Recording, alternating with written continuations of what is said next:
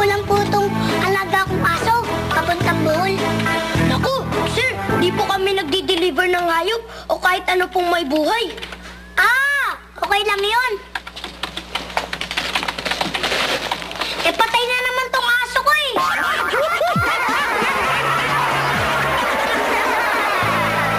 Manong, magpapadala po ako sa Davao po. Sige ho, gaano po ba kalaki para makapili tayo ng kahon na paglalagyan? Ay, hindi na po kailangan ng kahon na lalagyan. Ho? Bakit ho? Ano po bang papadeliver nyo? Kahon!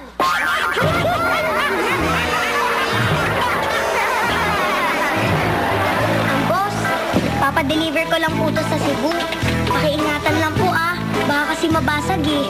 Sige po, iingatan po namin. 700 pesos po. Ang mahal naman. Wala ba kayong mas murang kahon dyan? Meron po, kaso maliit lang po siya eh. Ito po. Pagkasya niyo na lang po.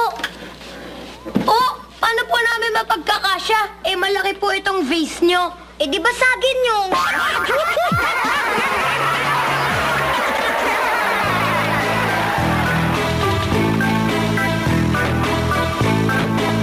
Bakit?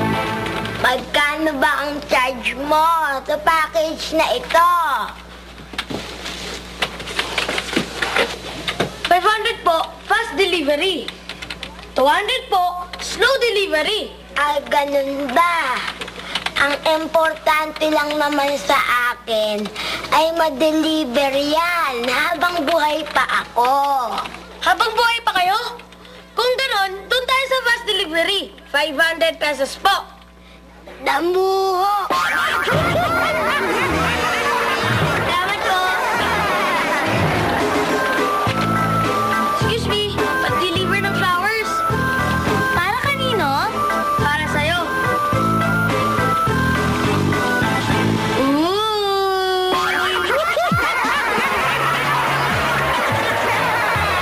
Salamat po.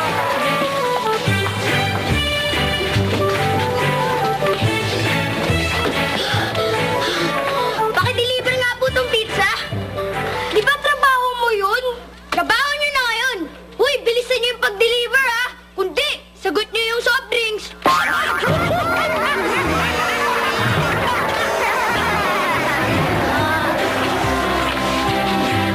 Miss, nagpapadala po ba kayo ng mga dokumento?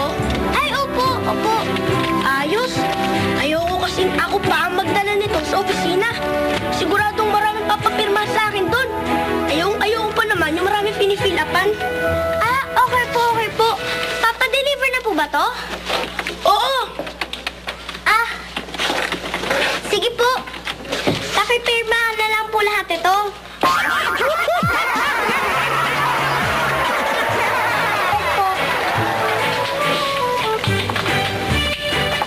Ang mahal ang binayaran ko per kilo.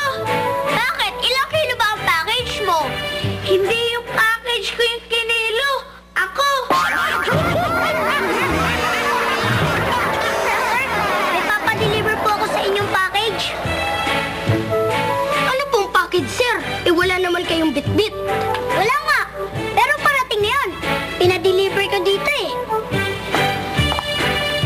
Sir, delivery po. Ito na pala eh.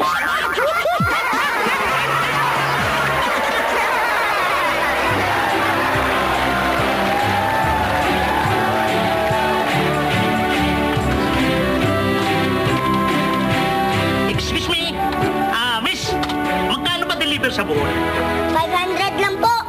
Ayos, mas mura sa pamasahe. I-deliver mo nga ako doon.